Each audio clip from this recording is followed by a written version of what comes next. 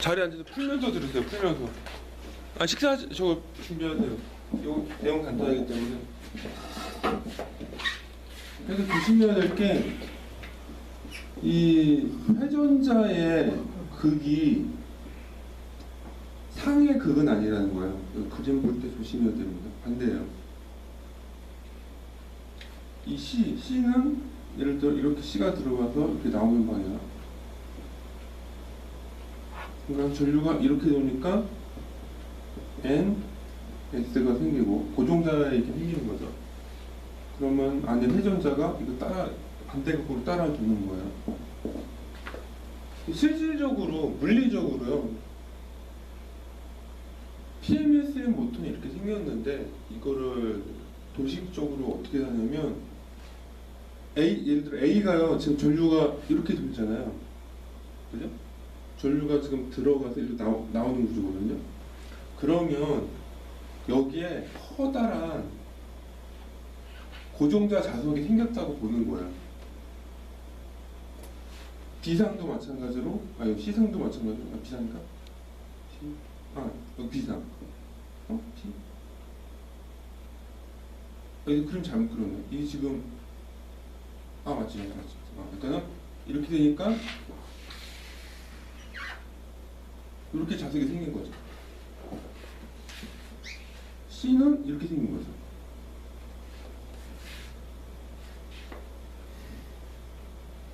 그래서 첫 번째 이게 지금 A상에 의한 전자석이라고 표현할까요?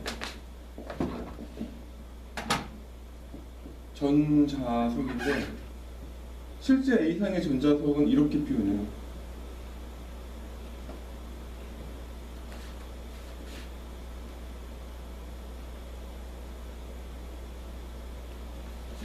이해하기 쉽잖아요. 전류가 흐르면 뭐 N극이다 이렇게 얘랑 전자석의 방향이 맞잖아요. 그래서 이게 책에 처음 나오는데 저도 잊어버리고 있었네요. 아까 제가 설명을 잘못한 게 있어가지고. 당연히 B에 의해서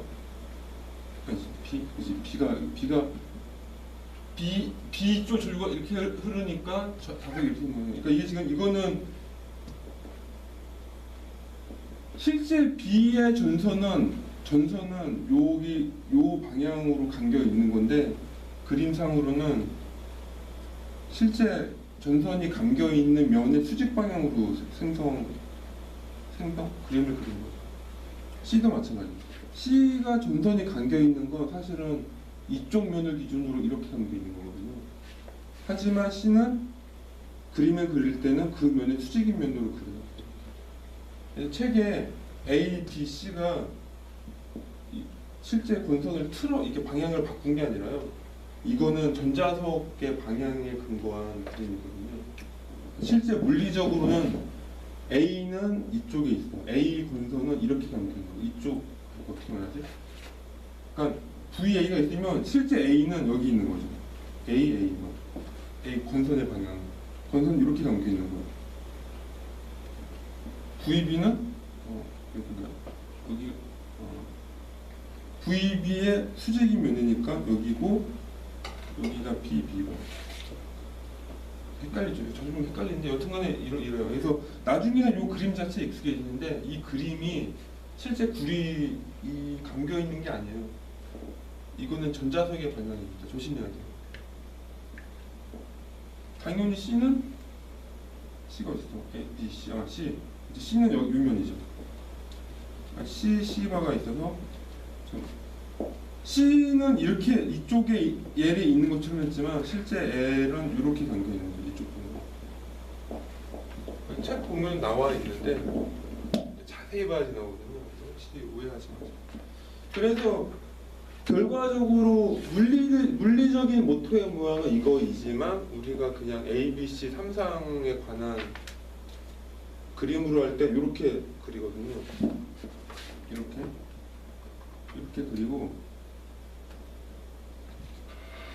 그리고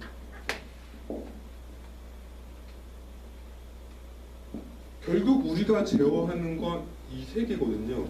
A, B, C 전압, A, B, C 전류. 그죠? 이거를 왜 제어하냐면 선수가 NS로 똑같이 감겨 있고 A, B, C 3상 전류가 있다면 위상차가 120도씩 나거든요. 이쪽으로 플러스 120, 이쪽으로 마이너스 120.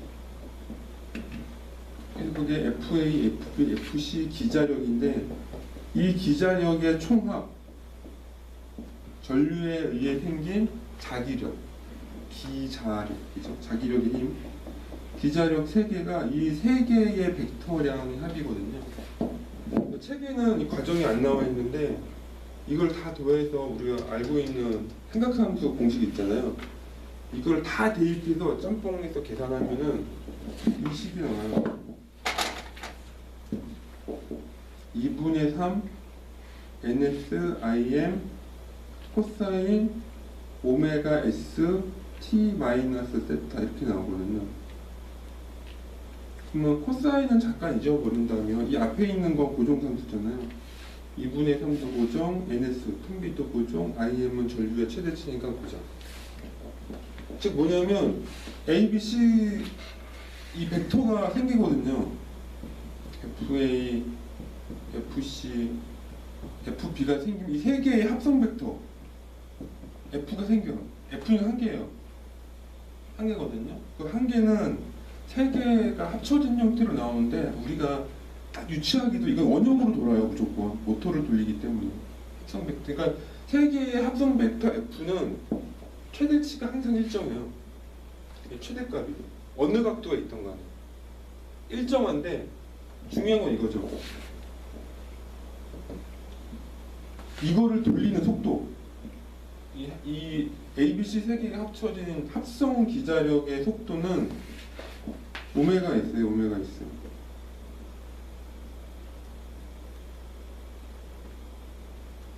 T는 시간. 그래서 오메가는 저 RPM이잖아요. 그 회전 퍼 분. 뭐 레디안 시키면 라디안 퍼 세크가 되고 RPM이면은 뭐 로테이션 퍼 미닛 되는 거고. 여하튼 간에 시간당 뭐 회전량이잖아요. 그러니까 시간을 곱해주면 얼마만큼 속도가 돈다가 나오는 거예요. 그래서 여기서 이 WS가 뭐냐면 동기 속도라고 부르는 거예요. 회전자기 속도. 내가 A, B, C를 돌리는 이 속도가 나와요. 근데 여기 세타가 뭐냐면요. 초기각이라는 건데 뭐냐면은 이 기자력은 재밌는 게 이 안에 삼상 벡터에 의한 합이 생기잖아요. 그죠? 생기잖아요. 그러면 안에 회전자 때문에 이 힘이 커졌다 작아졌다요. 예를 들어 지금 F가 이쪽 방향인데요. 이 회전자의 방향이 얘랑 동일한 방향, 뭐라고 해야지? 예를 들어 F가 이쪽인데 여기가 N이고 여기가 S다. 삼상 벡터가 NS로 나왔는데 예를 들어 회전자가 NS 반대 방향이 있다면 힘을 까먹는 거잖아요. 그죠? 근데 반대로 회전자가 동일한 방향으로 놓여 있으면 힘이 강해지잖아요. 즉 뭐냐면 A, B, C 전류에 의한 합성 기자력이 회전자랑 어떤 각도에 있느냐에 따라 실제 이 F가 가감이 되는 거죠. 플러스 마이너스 회전자에 의해. 그죠? 그래서 이 세타가 바로 뭐냐면 회전 자계와 요 합성 기자력과 이 안에 가운데 회전자의 각도예요. 각도. 그래서 이걸 보면 뭐냐면 뭘 알 수 있냐면 합성 벡터에 의한 각도랑 회전자의 각도가 같으면 이 안에 내부가 제로가 되거든요. 숫자가. 코사인은 제로일 때 최대치가 되죠.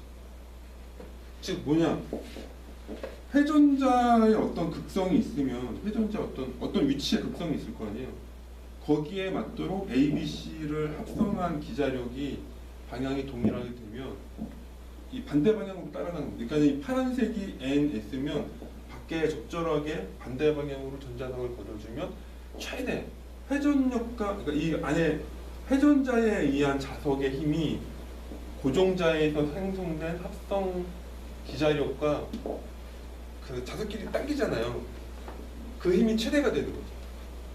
결국엔 A, B, C 세 개를 우리가 F로 돌린다는 거는 뭐냐면 가운데 회전자가 걔를 따라오게 하는 거예요.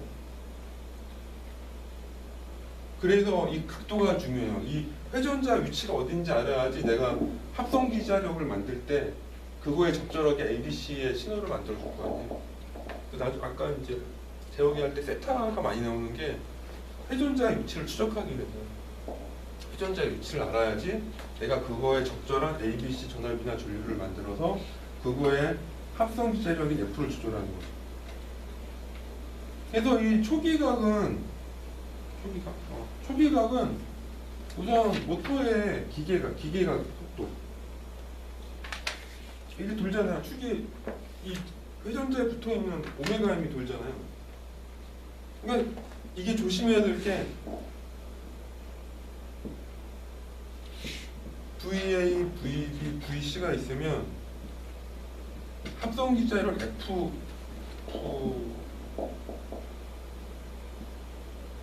합성 기자력 FZ인데 FZ라면 맞다. 두 개 들죠. 합성 기자력 F는 내가 제어하는 거죠. 오메가 S의 T로 제어를 하는 거고 어딘가에 있는지 모르지만 회전자의 각도 세타가 옵션인 거예요. 근데 여튼 간에 기계각을 알아야 돼요. 기계각 속도를 알아야지 이 세타를 알 수가 있어요. 그러니까 합성 기자력 돌리는 건 내 마음인데 요놈의 위치는 오메가 RM을 추적해서 얘를 S분의 1로 적분을 하면 세타가 나오거든요. 시뮬레이션 상으로. 그래서 책에 보면은 기계각을 추정하는 방법에서 이렇게 나와 있어요. 그래서 기계각은 모터의 축을 센싱하면 되거든요. 되는데 문제가 축에 돌아가는 속도가 내가 ABC를 돌리는 속도랑 다르다는 거예요. 여기서는 ABC가 한 번씩만 나오잖아요. 그죠? 그죠? 근데 이게 여러 개 있는 모델이 있어요. 그러니까 뭐냐면 모터를 반을 딱 나눠서 예를 들어 A, B, C, A,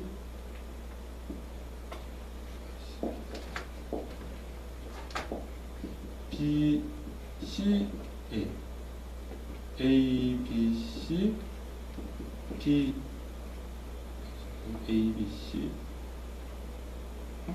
A, B, C. 좀 그릴게요. 여튼간에 요 그림에 있는 이게 한 볼 옆에 더 있는 경우도 있거든요. 혹은 네 개를 쪼개서 네 개로 있을 수도 있어요. 이렇게 네 군데. 모터가 크면 클수록 이게 권선이 더 다양하게 있는 거거든요. 그래서 그거를 그 극수라고 불러요. 극수. P라고 부르는데 이렇게 A, B, C가 합쳐지는 이 합성 기자력이 일종의 전자석이거든요. 크게 보면은 NS로 된 이게 N극 하나, S극 하나, E극이 돼요. E극이라는 거는 합성 기자력이 한 개가 있는 거고 A, B, C도 각각 한 개씩 있는 거예요. P가 4극이면 합성 기자력이 기자력 두 배가 뭐야? 여기서 한 번 있고 여기서 한 번 있는 거예요. 짝수배로 나가요. 이 극수는 이해하시는지 모르겠네요. 그래서 극수, 이걸 폴 페어라고 부르는데 이 폴은 뭐냐면 N극 한 개, S극 한 개예요. 그러니까 요 현재 여기 설명으로 그린 거는 합성 기자력이 커다란 그러니까 파란색 커다란 전자석인데 N극, S극이 한 개씩 있는 이극기를 그린 거예요 지금. 근데 이렇게 되면 이게 반씩 있으면 여기에 뭐라고 해야지? 두 개가 겹쳐진 형태라고 해야 되나?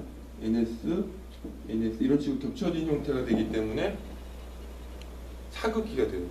네 개가 있는 경우는 네 번이 겹쳐지는 거죠. 많이 그러거든요. 그러니까 극수가 더 많은 거 쉽게 얘기하면 더 전자석이 더 합성 기자력에 의한 전자석이 더 많은 거죠. 그래서 그렇게 되면 뭐가 문제가 되냐면요. 내가 기계각 속도가 60 RPM이라면요. 예를 들어 기계각 속도가 60 RPM이고 극수가 2극일 때는 기계각이랑 전기각이랑 똑같아요. 그래서 제어할 때 그냥 동기주파수나 기계각이 똑같으니까 그냥 쓰면 되는데 극수가 4극이면은 기계각이 60 RPM일 때 전기각은 120 RPM으로 뻥튀기가 되거든요. 왜냐면 기계각이 60 뭐 한 바퀴 돌 때 전기각은 2배를 돌아야 돼요. 극수가 2배라 가지고. 그러면은 스위칭 주파수가 더 높아져야 돼요. 그 얘기를 하는 거예요. 여기 지금 제가 설명 매끄럽히지 못했다고 해야 되나? 그래서 예를 들어 FS가 120Hz다 예를 들어 하고 극수가 예를 들어 쉽게 얘기할까요? 쉽게 그냥 1Hz라고 하고 P가 2면 오메가 RM은 2분의 2, 1 곱하기 60이니까 그냥 60Hz가 되는 거예요. 60 RPM. 근데 극수가 얘를 4다. 그럼 오메가 RM은 4분의 2, 1, 60 돼서 30 RPM.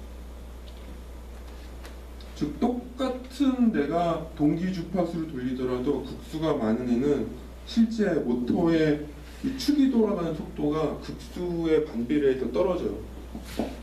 한 바퀴를 돌리려면 더 많은 극수를 조절을 해야 되거든요. 그렇다고요. 이해가 바로 안 가실 건데 이해하는 데 한참 걸렸거든요. 제가 좀 오래 보셔야 돼요.